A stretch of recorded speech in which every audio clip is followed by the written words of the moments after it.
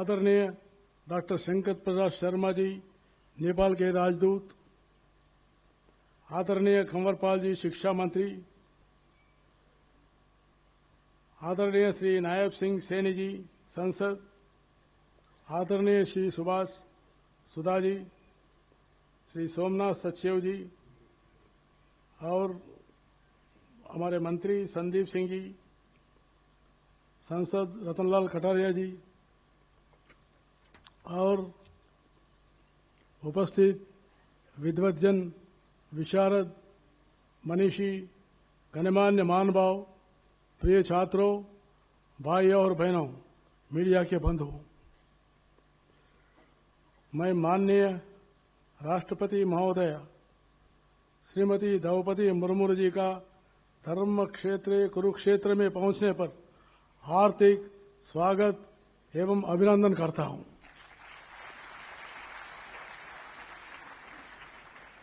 माननीय महोदय द्वारा अंतर्राष्ट्रीय गीता महोत्सव का उद्घाटन करने पर समस्त प्रदेशवासियों को हार्दिक बधाई देता हूं।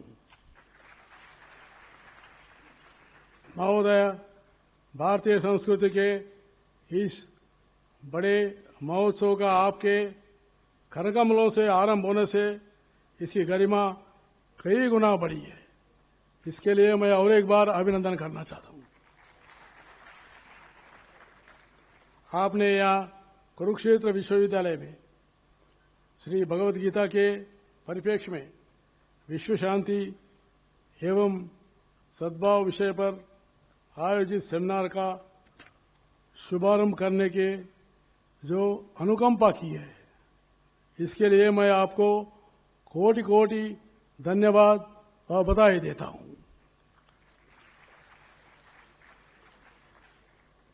श्रीमद् भगवद गीता, जिसे सम्मान से गीतोपनिषद भी कहा जाता है, भारतीय धर्म, दर्शन और आध्यात्म का सार है।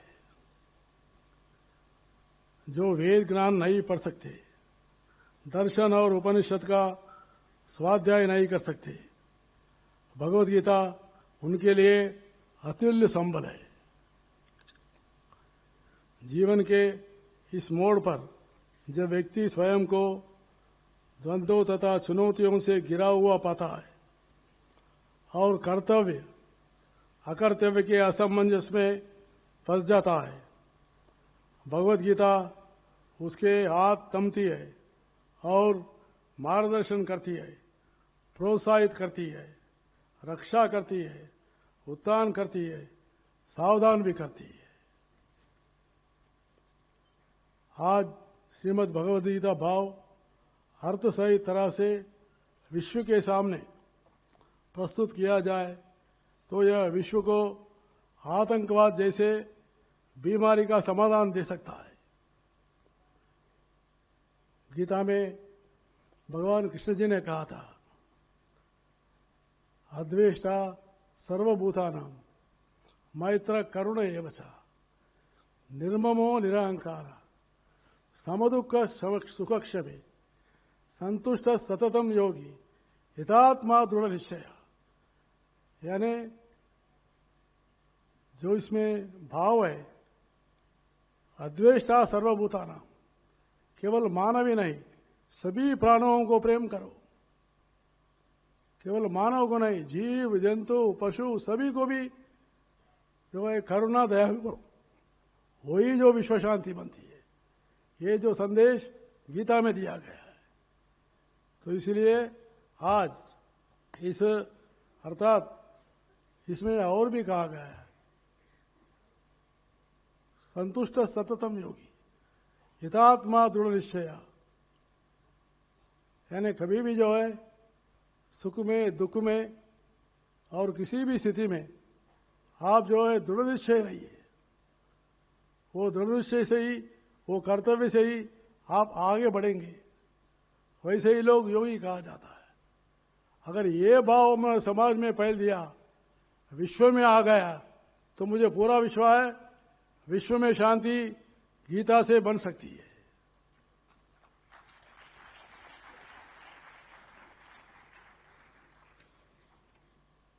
विश्व की सभी संस्कृतियों का जीवन किसी न किसी दर्शन पर आधारित है। भारतीय संस्कृति आध्यात्मिक धर्म पर आधारित है। विश्व संस्कृति पर गीता के प्रभाव को बड़े बड़े विद्वानों, विचारकों, वैज्ञानिकों ने माना है। जैसे जर्मन के महान वैज्ञानिक अल्बर्ट आइंस्टाइन ने कहा कि जब मैं गीता पढ़ता हूं तो जो असीम आनंद की प्राप्ति होती है वह किसी भी किताब में नहीं मिलता है, वो मुझे गीता में ही मिलता है। ये जो है अल्बर्ट आइंस्टाइन ने कहा था। और वैसे ही 1784 में पहली बार चार्ल्स विलिंगसन इनके द्वारा गीता का संस्कृत से अंग्रेजी में अनुवाद किया गया। इनके बाद गीता के 75 भाषाओं में 1982 अध्याय प्रकाशित हो चुके हैं। यह गीता की विश्वव्यापी स्वीकृति को प्रमाणित करता है। विश्व जनमानस को भारतीय दर्शन में आध्यात्म से परिचित करने वाले इस काव्य का अध्ययन आज ऑक्सफोर्ड, हार्वर्ड और वर्कल जैसे विश्व के नमचीन विश्वविद्यालयों में किया जा रहा है। इस प्रामाणिकता से यह सिद्ध होता है पूरे विश्व साहित्य में भगवद गीता के समान ऊंचा और प्रेरक ग्रंथ कोई नहीं है। गीता किसी एक मजहब का ग्रंथ नहीं है। गीता जो है हर मानवता का मनुष्य को कर्तव्य बनाता है,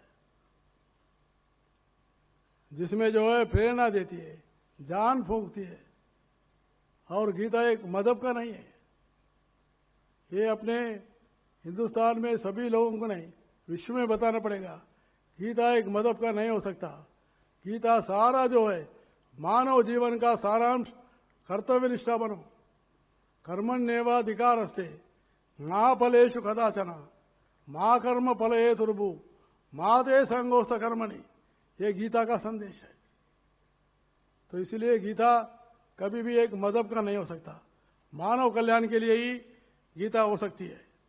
गीता पाठ अध्ययन से मनुष्य के जीवन में सकारात्मक, कर्तव्यपरायण और कर्म करने की प्रेरणा मिलती है, जिससे समाज में जातिवाद, छूअछूत, नशा, दुराचार, सामाजिक कुरीतियों का भी प्रकार भी बुरों के छुटकारा मिलती है और मन को निर्मल बनाते हैं।